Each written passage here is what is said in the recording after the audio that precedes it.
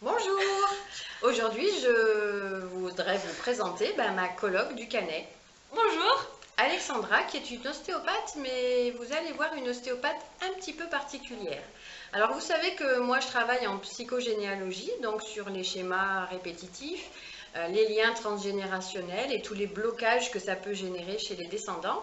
Et je travaille aussi beaucoup sur les émotions parce que des schémas répétitifs ou des fonctionnements ou des traumatismes peuvent générer des fonctionnements négatifs au niveau des émotions, c'est-à-dire de la tristesse, de la colère, des peurs, de l'injustice. Et ça peut se manifester soit par la verbalisation de choses, soit parfois sur le corps. Et c'est vrai qu'on peut avoir au niveau du corps des déséquilibres au niveau des organes, parce qu'en médecine chinoise, et la médecine chinoise est quand même une étude très importante au niveau médical, puisque on a pris conscience en les écoutant et en les lisant que chaque organe était en lien avec une émotion.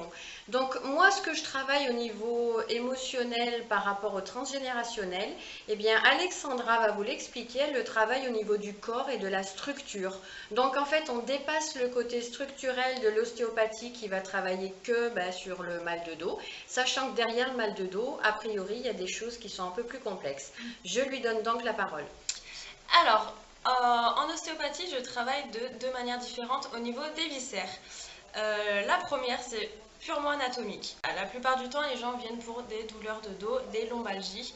Et pourquoi je travaille sur les viscères? Parce que ça peut paraître un peu bizarre, elle me travaille le ventre alors que j'ai mal au dos. C'est tout simple. Chaque viscère est entouré d'une enveloppe de protection, donc c'est la membrane viscérale. Et cette membrane peut être adhérente à la membrane d'un autre organe, ce qui crée des adhérences.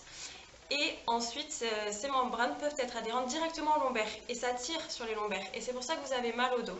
Donc moi, ce que je vais faire, c'est travailler vraiment les intestins, le foie, l'estomac pour libérer ces adhérences et vous soulager des douleurs de dos.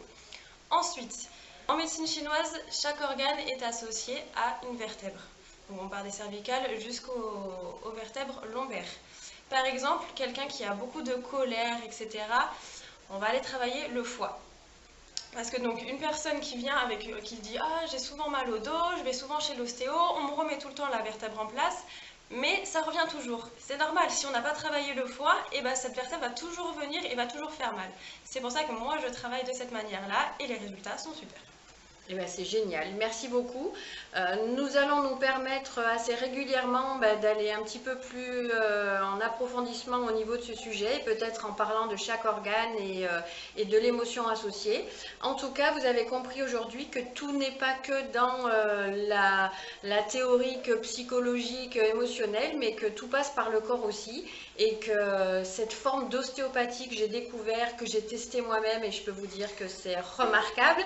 Elle se marre parce que effectivement elle a travaillé mon foie et que c'est bien sorti pendant quelques jours avant d'être apaisé.